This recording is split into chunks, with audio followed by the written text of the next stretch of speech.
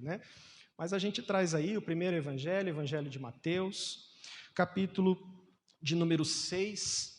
Nós leremos dos versos 5 até o verso 8. Um texto muito conhecido, tenho certeza que esse texto é bastante conhecido dos irmãos, mas convém a gente refletir um pouco sobre essa mensagem aqui. Mateus, capítulo de número 6, versos do 5 até o verso 8. Diz assim a palavra do Senhor: E quando orardes, não sereis como os hipócritas, porque gostam de orar em pé nas sinagogas e nos cantos das praças para serem vistos dos homens. Em verdade vos digo que eles já receberam a recompensa. Tu, porém, quando orares, entra no teu quarto, e fechada a porta, orarás a teu pai que está em secreto, e teu pai que vem em secreto te recompensará. E orando, não usei de vãs repetições, como os gentios, porque presumem que pelo seu muito falar serão ouvidos. Não vos assemelheis a eles, porque Deus, o vosso Pai, sabe o de que tendes necessidade antes que lhe peçais. Vamos orar. Senhor, que seja instrumento nas tuas mãos para a comunicação efetiva do mistério do teu evangelho. Que em nome de Jesus, o teu Santo Espírito nos guie, nos ilumine, e que possa, ó Deus, esta noite ser uma noite de edificação para a glória do teu nome, em nome de Jesus. Amém. Amém, meus irmãos. Como eu bem disse, né, um texto bastante conhecido, bastante falado, muitas vezes até mesmo colocado até nos nossos cultos, usado em nossos cultos, mas ele possui brilhantes e interessantes informações aqui para a nossa vida. Deixa eu pegar ele aqui. Era para ele estar aqui comigo, não está. Como eu falei, ao vivo, né? Mas já achei ele aqui. O tema dessa mensagem é a prática da oração no reino de Deus. Não tem muito segredo. Esse texto ele é bem direto, né? Esse texto aqui ele se encontra inserido no Sermão do Monte, proferido por Jesus. E esse Sermão do Monte, ele ressignifica a lei.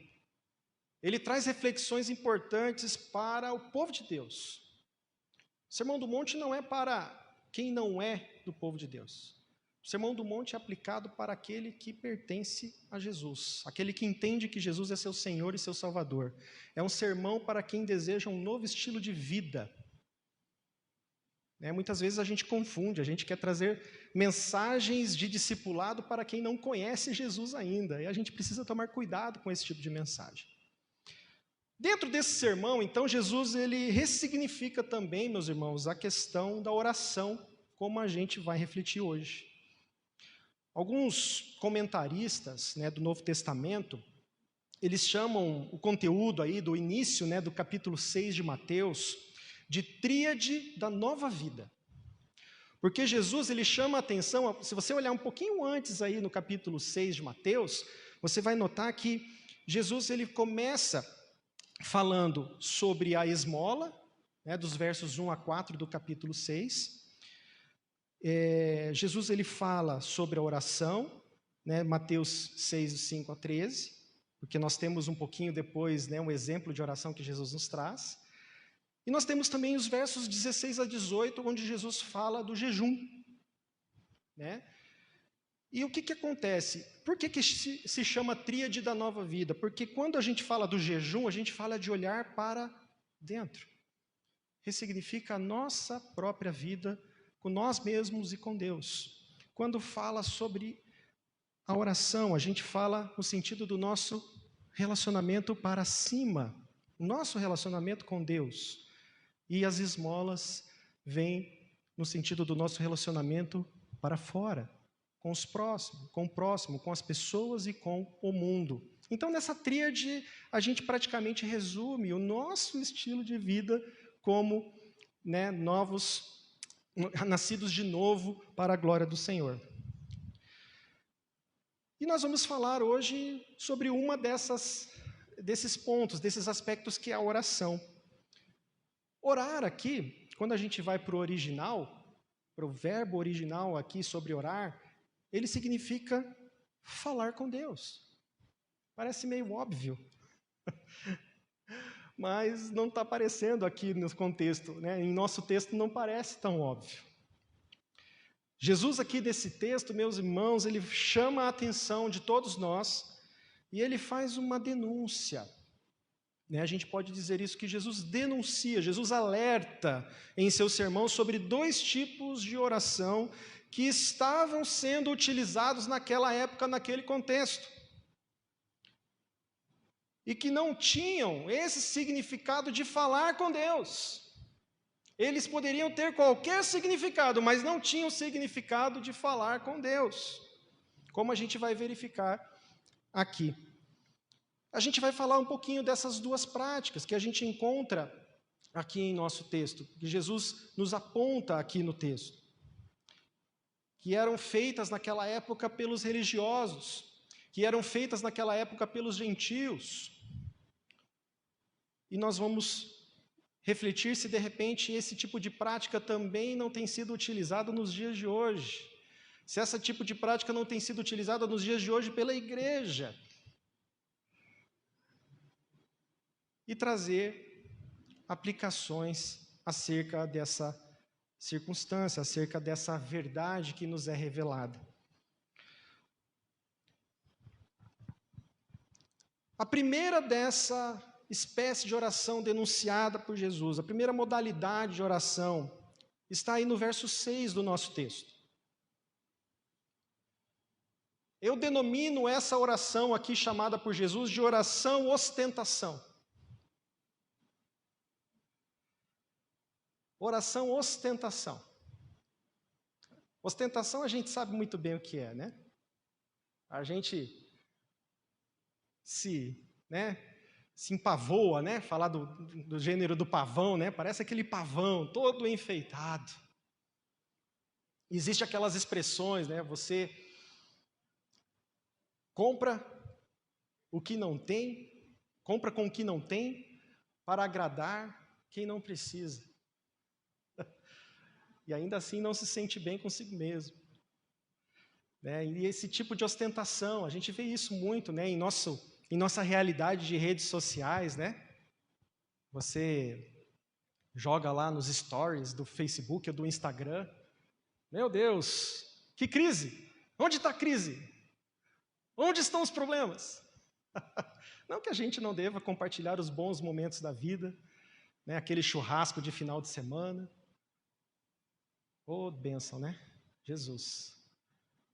Mas o churrasco hoje é ostentação. Nos dias de hoje, com o preço da carne, é ostentação pura, irmãos.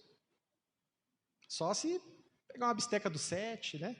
Uma bistequinha de porco, que está mais baratinha, mas ainda assim o preço está meio complicado. Frango hoje, então, nem se fala, né? Até o frango está subindo, misericórdia. Brincadeiras à parte, a gente fazia lá o Ministério do Churrasco, lá na Manancial, né, Valci? Valci é churrasqueira de prima aqui, viu? Profissional. Fazia um churrasco com... A gente tinha esse ministério lá na igreja, porque é um ministério. A pessoa gosta, né, de estar ali fazendo. Esse gosto de servir. Mas, voltando para o texto, sai daqui, churrasco, sai da minha mente. Essa prática da oração ostentação, meus irmãos, ela nada mais é que uma forma de buscar reconhecimento ou vanglória para si próprio. E não para glorificar a Deus. Jesus aponta que essa prática aqui, ela era feita pelos hipócritas. Porque ele fala, quando orardes, não seja como os hipócritas. Porque eles faziam essas orações da forma de ostentação. Tira o foco daquele a quem se ora e coloca o foco para a forma como se ora, para mostrar para os outros a nossa espiritualidade, a nossa profundidade no relacionamento com Deus. Olha, aquele irmão lá faz uma oração, olha, eu não entendo nada do que ele fala, mas é tão bonito. Quem nunca ouviu isso? Nossa, ele fala tão bonito, eu não entendo nada do que ele fala, mas olha que oração bonita, viu? Que objetivo. Oração, como é que a gente falou no início lá? Oração é falar com.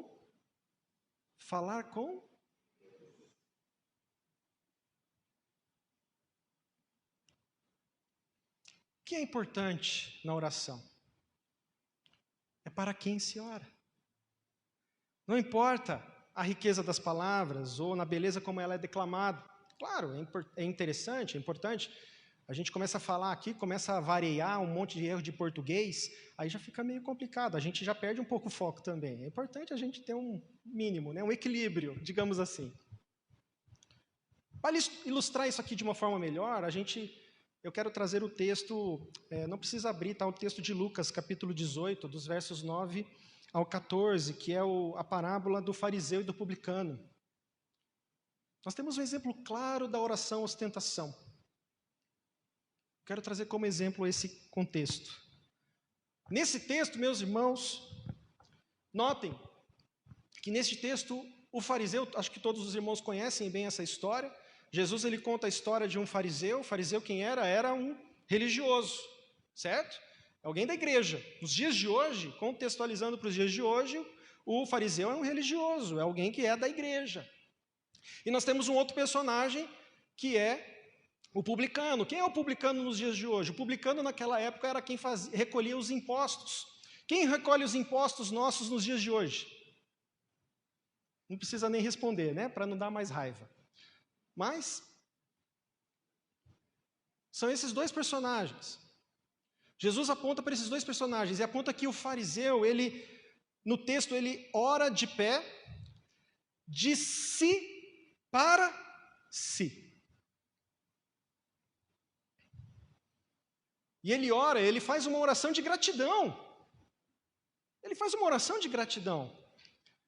Qual é a oração do fariseu? Ele fala: Senhor, eu te agradeço por eu não ser como os outros, como esse publicano que está aqui. Eu te agradeço porque eu jejuo. Eu te agradeço porque eu dizimo. E o publicano? Como que era a oração do publicano? O publicano, ele chega, sabe? Assim, ó. Sabe quando a criança faz arte? A criança faz arte, ela fica com aquele olhando, o diabo de olho, assim, que se erguer o olhar, sabe que vai acontecer o pior para ela naquele momento, sabe? O publicano estava daquele jeito. Ele estava com o coração quebrantado. Ele estava com: Senhor, tem misericórdia de mim, porque eu sou pecador.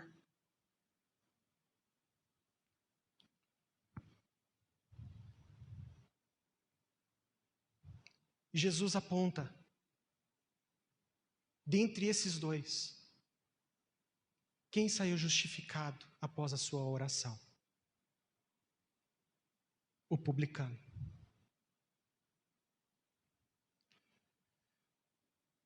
Essa história nos traz a clara intenção dessa oração ostentação. Não chamamos a Deus pelo nosso exterior, pela qualidade das palavras que usamos em nossas orações. Nós chamamos a atenção de Deus por aquilo que está no nosso coração, por aquilo que está dentro de nós. Olhem os salmos. Veja Davi se derramando na presença do Senhor. Davi abrindo o seu coração: Senhor, eu não aguento mais. Tem misericórdia de mim. Senhor, faz justiça diante dos meus inimigos. Existe um tipo de salmo chamado salmo imprecatório. Ele não é muito comum nos dias de hoje, de ser denominado dessa forma, e não é muito lido nas igrejas, não. Porque o salmista ali, ele fala palavras duras. Senhor, vem ao encontro dos meus inimigos e mata eles.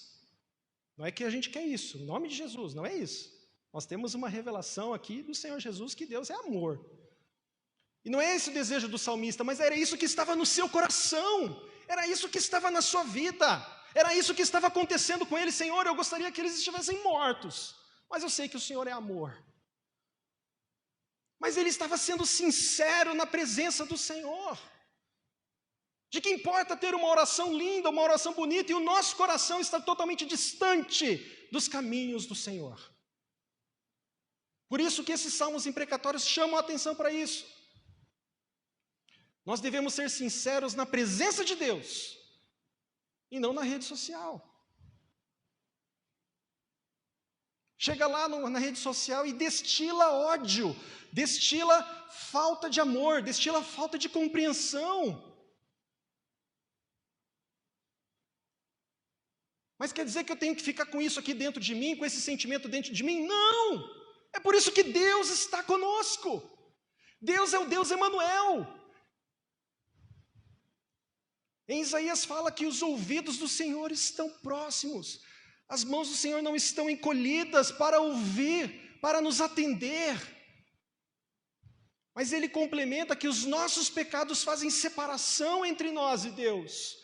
Mas quando nós estamos em harmonia com Deus, nós temos ousadia para entrar na presença do Santo dos Santos e ali abrir o nosso coração a Deus.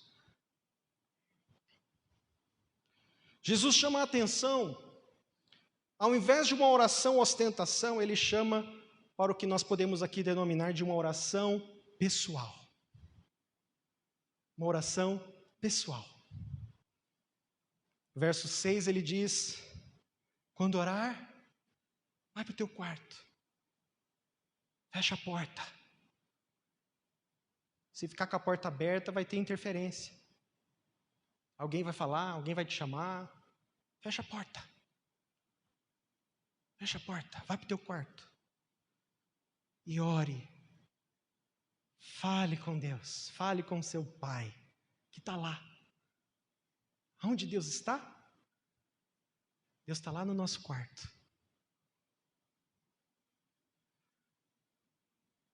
Esperando para conversar conosco.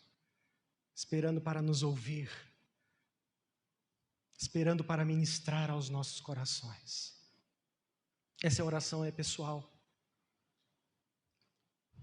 Não estou dizendo que não devemos orar em público, não é isso. A gente chega aqui no culto hoje, já chega numa atmosfera de oração, é outra atmosfera, é uma bênção. Mas o que eu quero chamar a atenção é, quando a gente ora, a quem estamos chamando a atenção? Queremos impressionar as pessoas que estão do nosso lado? Ou estamos querendo chamar a atenção para Deus, para o Senhor?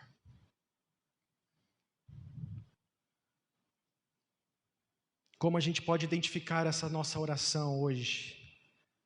A nossa oração está pendendo para a ostentação ou tem sido uma oração pessoal ao Senhor? A próxima oração que Jesus aqui destaca, modalidade aqui que Jesus denuncia como uma prática de oração inócua, sem eficácia, é a que a gente encontra no verso 7 do nosso texto. Essa prática de oração a gente denomina de oração supersticiosa. Essa é a oração supersticiosa. Jesus atribui a essa prática de oração aos pagãos. Quem são os pagãos? Pagãos são pessoas que possuem outros deuses, outros costumes, outra cultura, outro Deus, que não creem no mesmo Deus que a gente, que não creem na palavra, são pessoas que claramente estão em outro tipo de crença ou de fé, creem em uma outra divindade, senão nosso Senhor. e eles possuem as suas práticas, eles possuem seus métodos, eles possuem suas formas de falarem com as respectivas divindades. Trago como exemplo os rituais dos muçulmanos durante o Ramadã.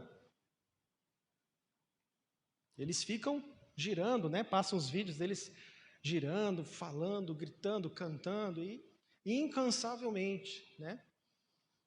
Em outras religiões a gente pode exemplificar, mas eu quero trazer um texto exemplificando esse movimento, esse tipo de oração feita por pessoas que eram gentias, e que traz um paralelo interessante sobre esse tipo de oração supersticiosa que Jesus denuncia. Está lá em 1 Reis, capítulo 18. Não precisa abrir também. Só para a gente recordar, é o episódio de Elias e os profetas de Baal. Todo mundo aqui lembra dessa história. Sabe bem o que acontece, não é verdade? Mais de 400 profetas, 400 pessoas ali, e Elias sozinho. E nós vemos Deus sendo glorificado através da vida de Elias, aceitando o sacrifício de Elias, enquanto que os sacrifícios dos profetas de Baal não foi aceito. Mas eu quero destacar no verso 26 desse texto aqui, os profetas de Baal, eles tentavam invocá-lo, como diz o texto, desde manhã até o meio-dia, a manhã inteira. E eles falando, Baal, responde-nos.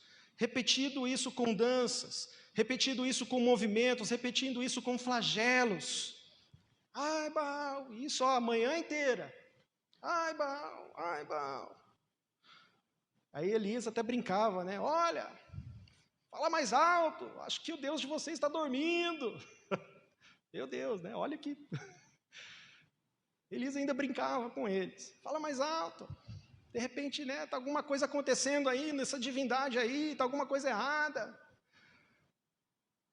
Mas esse paralelo, esse contexto, ajuda-nos a identificar, meus irmãos, como eram feitas essas orações na época de Jesus.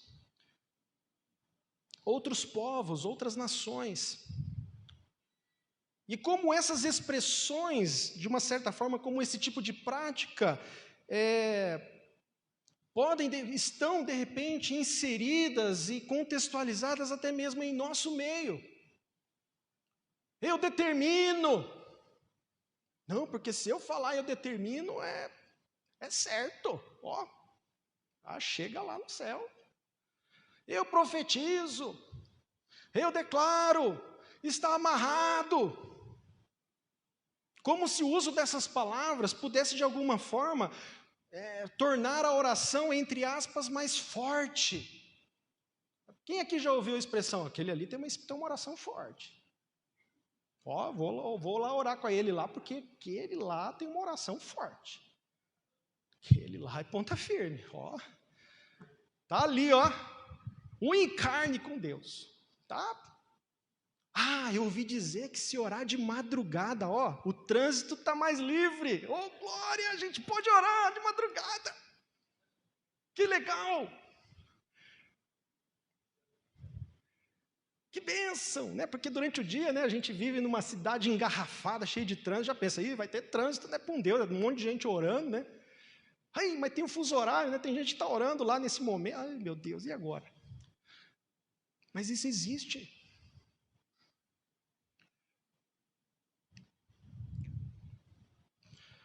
E a proposta aqui que Jesus nos denuncia, irmãos, não é impedir uma oração longa, não é impedir uma oração fervorosa, não é isso. Não é impedir uma oração confiante, uma oração que pode durar a noite inteira, como nós vemos lá em Jacó, quando ele luta com o anjo a noite inteira, ele ora. Não é isso que a gente quer condenar, não. Não é que a gente não deve fazer oração longa, não é que a gente não deve orar de madrugada. Tem pessoas que eu conheço que oram de madrugada, mas não porque acham que tem um trânsito mais livre, porque é o chamado de Deus para elas naquele momento. É naquele momento que elas encontram comunhão com Deus. Não quer dizer que durante o dia não aconteça, não é isso que a gente quer refutar aqui. E não é isso que Jesus está chamando a atenção. Jesus chama a atenção aqui para o que nós podemos chamar de oração sincera. Quem aqui conhece C.S. Lewis? Acho que todo mundo conhece. Ele fala assim: oração é quando é verdadeiro quem fala, e é verdadeiro aquele a quem fala.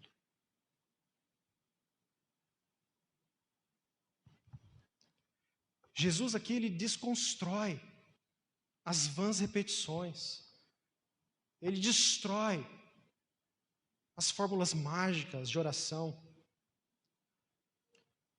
Principalmente porque ele declara no verso 8, olha, antes de abrir a sua boca, Deus já sabe do que você está precisando. Então, venha com esse método infalível de oração, com essa prática aí que todo mundo fala que é perfeita. Deus quer sinceridade no nosso coração. Muitas vezes, a gente não consegue nem orar com palavras. A gente abre a Bíblia e uma lágrima escorre dos nossos olhos. Porque as lutas estão grandes, os dias são difíceis. O peso pode estar sendo grande que nós estamos suportando, sabe? E Deus está ali do nosso lado para compartilhar a carga conosco. Ou até mesmo trocar a carga, como Jesus fala. Vinde a mim, todos vós estáis cansados e sobrecarregados, e eu vos aliviarei. Colocai sobre vós o meu jugo. É leve. Jesus aqui está oferecendo uma troca. Para de carregar esse peso nas costas e carrega o peso do Senhor Jesus, que é leve. Sinceridade na presença do Senhor. Sinceridade diante de Deus. Se Deus já sabe tudo o que a gente precisa, então por que a necessidade de orar? Às vezes a gente pode se perguntar isso, né? Como a gente olha aqui no verso 8. Exatamente, meus irmãos, porque a oração não é uma audiência obrigatória. Não é uma audiência obrigatória na presença de Deus. É um encontro marcado com Ele. De livre e espontânea vontade, sem interesses, sem motivações escusas, porque Deus já conhece o nosso interior, já conhece o nosso coração. Então não adianta a gente chegar, né? É igual quem é pai aqui vai saber, quando chega o nosso filho ali, pai, minha filha chega, papai, olha, não sei o quê. Eu falei, pronto, já quer pedir alguma coisa. Já sei o que quer pedir. Não adianta. Eu já coloco aí, falo, o que você quer? Só que para nós, como pais, nós nos alegramos de ver nossos filhos perto da gente, comentando, falando das suas situações, fazendo seus pedidos, expondo as suas necessidades, quanto mais o nosso Pai Celestial. Concluindo aqui, meus irmãos, essa nossa pregação, Jesus, então, ele ressignifica a oração aqui dentro do Sermão do Monte. Nós somos apresentados a uma dimensão que a gente pode chamar uma dimensão relacional da oração. Eu quero trazer uma citação de um autor chamado James Houston. Ele tem uma obra chamada Oração. Ele fala assim, prestem bem atenção ao que ele diz. Eu costumava pensar que a oração era um exercício espiritual, algo que precisava ser praticado, assim como correr ou saltar. Após anos, sendo consumido por um sentimento de futilidade e culpa, comecei a compreender a veracidade de um comentário feito por um dos primeiros pais da igreja, Clemente de Alexandria. Ele afirmou que orar é estar na presença de Deus. Isto me deu um novo foco sobre a oração. Eu passei a vê-la mais como um aspecto da amizade. A oração começou a ser mais uma questão de relacionamento e menos de performance. Então, o que Jesus quer chamar a atenção oração é relacionamento. Oração é estar na presença de Deus. Se é por 5 minutos, se é por 1 minuto, se é... E esse período da pandemia, né, a gente pode sentir bem essa questão do presencial. Quando a gente encontra com alguém muito querido, pessoalmente, a gente, às vezes ali, por instantes, a gente uma vontade de abraçar, mas só de estar junto aqui, a gente já se sente consolado, já é algo tão gostoso. Imagine na presença de Deus, estando com esse mesmo sentimento, com esse mesmo desejo. Então não importa se é 1 minuto, 1 hora, 1 noite, um dia inteiro, mas que seja na presença do Senhor.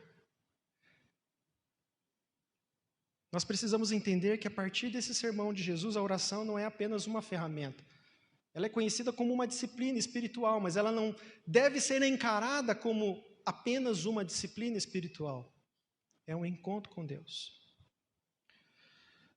Orar faz parte da nossa nova vida em Cristo Jesus.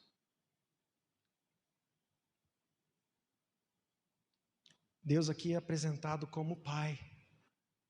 Jesus em seguida, aí você pode olhar no nosso texto, o que Jesus fala? Depois de Ele falar todas essas palavras a nós, olha, vocês vão orar assim: Pai nosso, que estás no céu, santificado seja o teu nome, venha o teu reino, seja feita a tua vontade, assim na terra como no céu.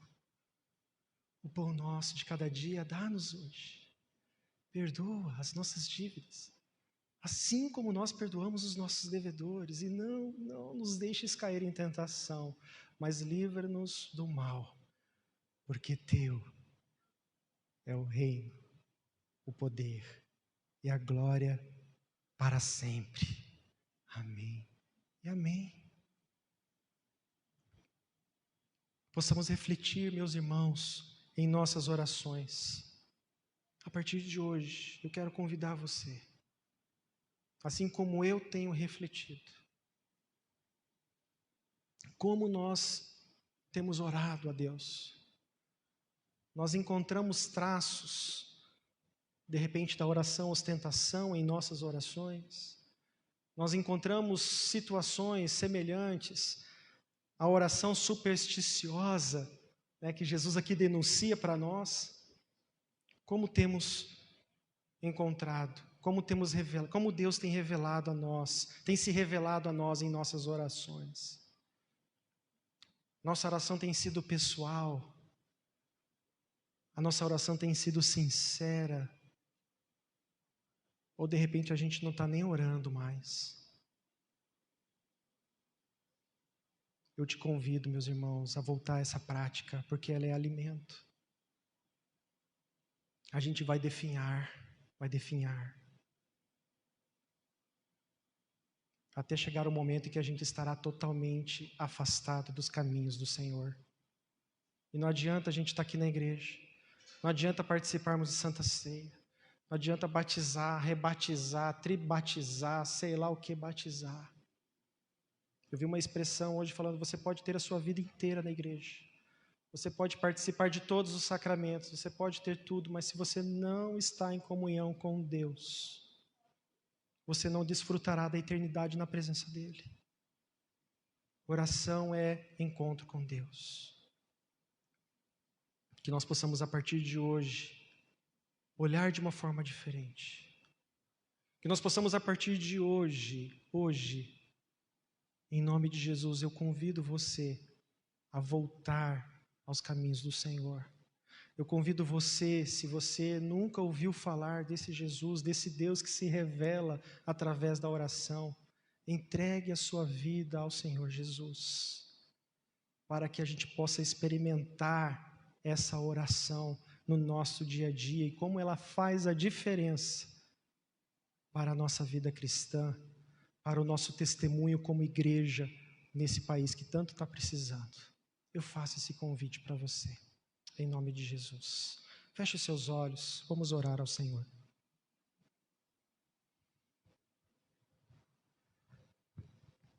Senhor, não sou digno, Senhor, de entrar na tua presença. Não sou digno de chamar, ó Deus, a sua atenção, mas eis-nos aqui, Senhor. Porque o Senhor vem ao nosso encontro. O Senhor tomou a iniciativa. O Senhor enviou Jesus para vir ao nosso encontro, para nos resgatar dessa vida, dessa mesmice, dessa situação que nós estamos atravessando, dessa vida superficial, dessa vida de lidar com circunstâncias na nossa vida sem contar com a tua presença, de não termos esse tempo de relacionamento na sua presença, debaixo da tua presença, de vivermos, ó Deus amado, como se o Senhor não estivesse aqui, de vivermos como se o Senhor não existisse. Nós cremos no Senhor, mas nós vivemos como se fôssemos ateus, porque nós não dependemos nossas vidas, nós não confiamos na providência do Senhor. E isso acontece, Senhor, porque nós estamos deixando de orar. Nós estamos transformando a oração num mecanismo. Estamos transformando a oração, Senhor amado, em palavras repetidas, em palavras sem sentido para nós, em palavras que nós não estamos experimentando em nossas vidas. E nós queremos te pedir perdão nesta noite por isso. Nós queremos que a partir de hoje, Senhor, as nossas orações sejam encontros contigo, onde possamos desfrutar da tua presença, onde possamos desfrutar, ó Deus amado, da paz do Senhor. Assim como Paulo declara lá em Filipenses capítulo 4, Senhor, nós queremos fazer conhecidas todas as nossas petições diante do Senhor, com súplicas e ações de graças. E a paz de Deus, que excede todo o entendimento, guardará a nossa mente e o nosso coração em Cristo Jesus. Por que estamos tão ansiosos, Deus? Porque nós não estamos orando. O próprio Paulo fala: não viveis ansiosos, mas orem. Senhor, que nós possamos retomar isso a partir de hoje. Eu oro para que, se alguém estiver aqui, ó Deus, se sentindo, Senhor, que não é merecedor, que está se sentindo afastado, que está se sentindo, ó Deus, que precisa retomar a vida cristã na plenitude do Espírito Santo. Senhor, toca o coração segundo a tua vontade, que esta seja uma noite de reencontro. E se tem também pessoas que nunca ouviram falar do Senhor, que não conhecem o Senhor Jesus, esse Jesus bíblico que é apresentado por nós como a expressão, a perfeita expressão do amor do Senhor, que ela também possa abrir o coração para o Senhor nesta noite e receber o Senhor Jesus como Senhor e Salvador de sua vida, para a glória do teu nome, Senhor. Opera, ó Santo Espírito, segundo a tua vontade. Esta é a nossa oração e nossa gratidão a Ti, porque mesmo nós sendo pecadores, sendo pessoas tão pequenas, o Senhor vem e escuta as nossas orações. Que possamos sair desta noite justificados, assim como aquele publicano, justificados, porque nós estamos aqui, ó Deus, com sinceridade no nosso coração, querendo viver uma vida de acordo com a vontade do Teu Santo Espírito. Ajuda-nos, Senhor, em nome de Jesus. Amém.